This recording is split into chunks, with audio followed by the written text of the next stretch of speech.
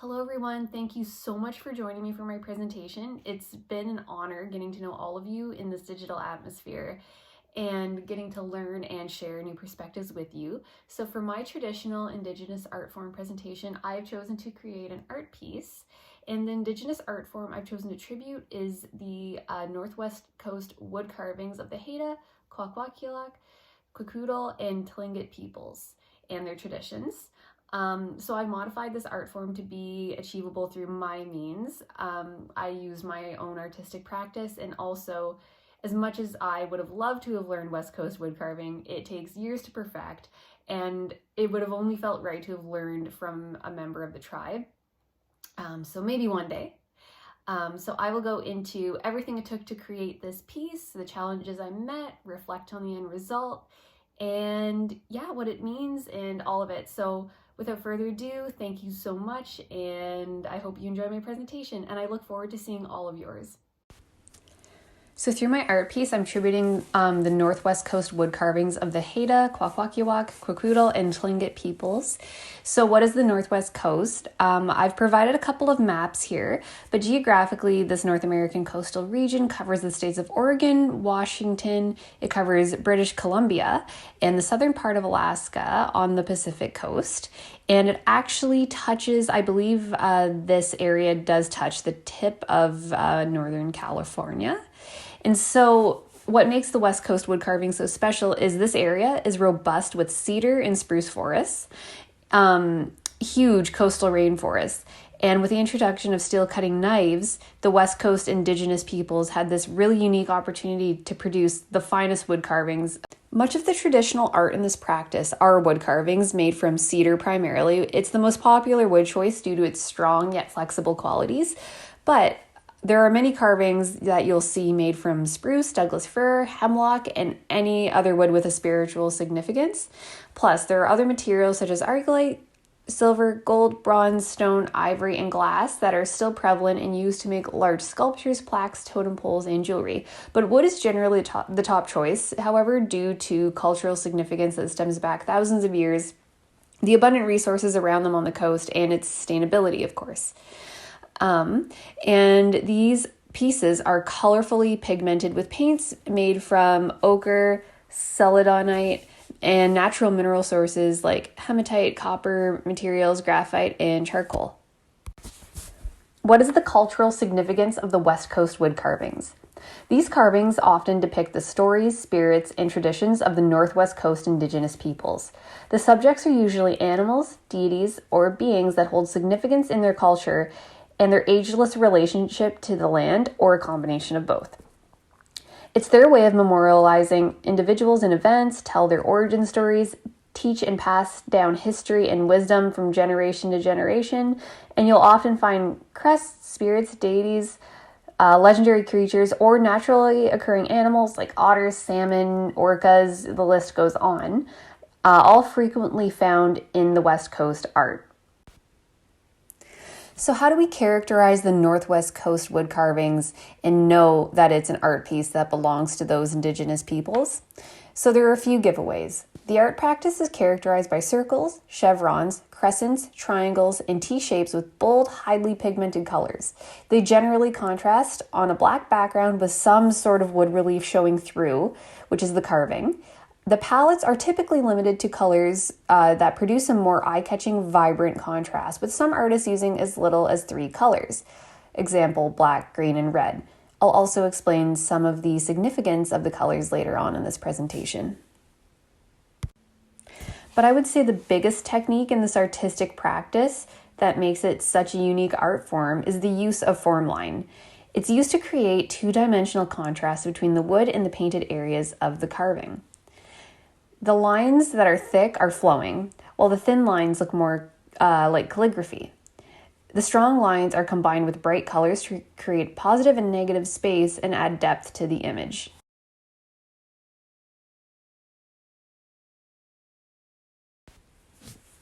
So what was the intention of this art piece? My goal was to modify this art form to be an achievable tribute through my means and artistic level of talent. And like I said earlier, as much as I would have loved to have learned this technique in time to make this presentation, it just wasn't realistic. And also it would have only felt right to honor this Indigenous group by being taught the traditional methods from a representative of the tribe. So I had to make a few alterations. So my color palette differs a little bit to reflect the more contemporary practices of the art form, like the one set in motion in 1980 and onward, but it also adds a personal element. I use colors that resonated with me through my personal lens and experience on my trip to this area. I also gained inspiration from some of my favorite Indigenous artists, Norval Morrisseau and Matthew Baker. And with that, I made an effort to emulate their style while staying true to my practice and respecting theirs, not making it too similar and not acting like I am an Indigenous artist, because I'm not. I'm just trying to respect the art form, show the inspiration I have gained from it, how much it has inspired me, and tribute it in a way that still respects their artistic practice.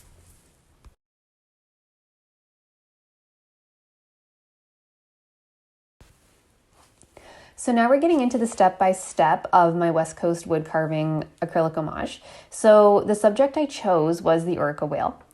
And I included a couple of pictures I took of orcas that I saw on my whale watching voyage when I went to the West Coast in the summer. I'm going to link the tour below. They do an incredible job. They have a couple of ocean naturalists on board, and it's really beautiful. They don't stop giving you information about the culture, the ecosystem, the area, but it's really digestible and really fun, and it makes the voyage just a really big learning experience. So I chose the orca whale because of the significance. In West Coast culture, orcas are known as the Lord of the Ocean, and legend has it that all great chiefs who die are transformed into orcas, and they, so to speak, rule again as the Lord of the Ocean. They are believed to be closely related to humans and symbolize romance and a long life. And it was pretty cool to see these on this trip where I actually ended up being engaged. So there was a lot of beautiful significance, and just seeing these majestic animals like in the sea, not in captivity, on the northwest coast with the mountains in the background and the robust forest, and just it was really beautiful, and it really opened my eyes and really ignited a fire for learning more about this part of the world. So orcas are huge and hugely prevalent in the culture's history and stories. And it was an honor to experience them firsthand and let their presence and symbolism inspire this art piece.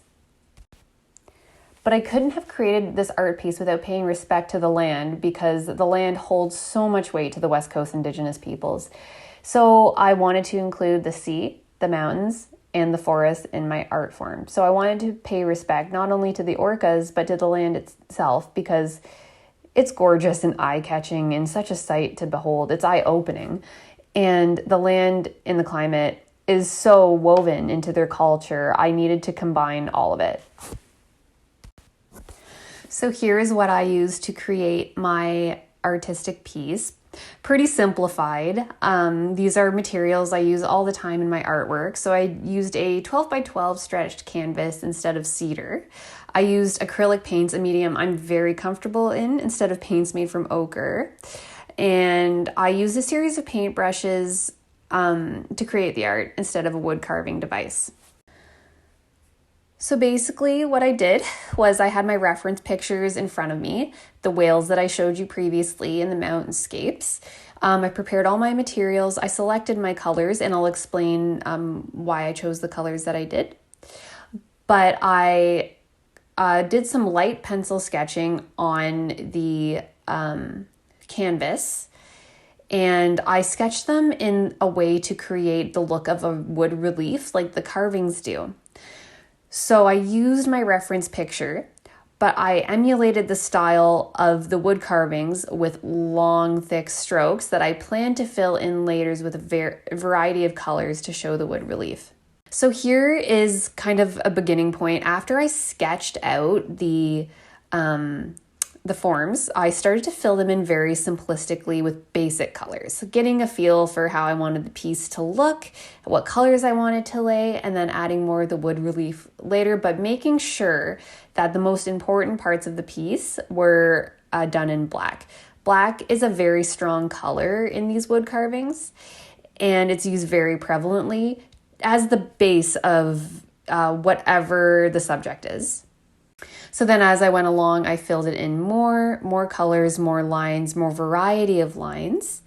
As you can see, I started to add some of the mountains in the background. So the only area where I did not use a solid color and made it a little bit of my own is in the sunset, like the coastal sky that you'll see for the end result. I wanted to make it a little bit my own because I use a lot of bright colors and gradients in my artwork on my own. And I love to use a lot of color. And I'm using colors here that speak to me and my experience on the West Coast. So a lot of reds and pinks and warm colors, a lot of passion, a lot of love, because it was a very beautiful trip. And then I'm using golds. I saw a lot of golds and yellows in my hikes on the West Coast. They had this beautiful, like the dried grass was gold. It wasn't like yellow or like this burnt color you'd see here. The dried grass was gold. And then gold also, to me, shows an element of magic. And there's just this inherent magic on the West Coast in everything that you do that's so deeply woven into the land. I thought it would be good to pay tribute in that sort of way. And then I wanted to include some of the significant colors in the Northwest Coast culture. So black, I used blue, and red, I had to use red. Red is very significant. And I incorporated some yellow as well. So here's another progress pic. I was nearing completion there. I would say that was about 80%. And so you'll see I've added the Washington State Mountains and the forest into the background. So there I'm incorporating the sea, the forest, and the mountains. And again, the only thing that's not the solid color is the sunset. So I'm really trying to create the blocky, defined, solid colors of this art form. And here you will see my final piece. So it depicts two orcas traveling along the Anacortes coast of the Salish Sea. So the Northwest Coast is characterized by the contrast of beautiful ocean and sea landscapes, large mountains, and robust coastal rainforests.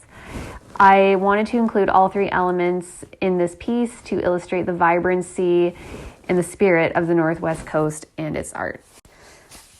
When it came to challenges, there are two main ones I can think of.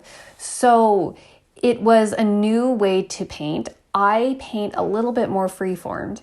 So it was a bit of a learning curve to paint these refined lines.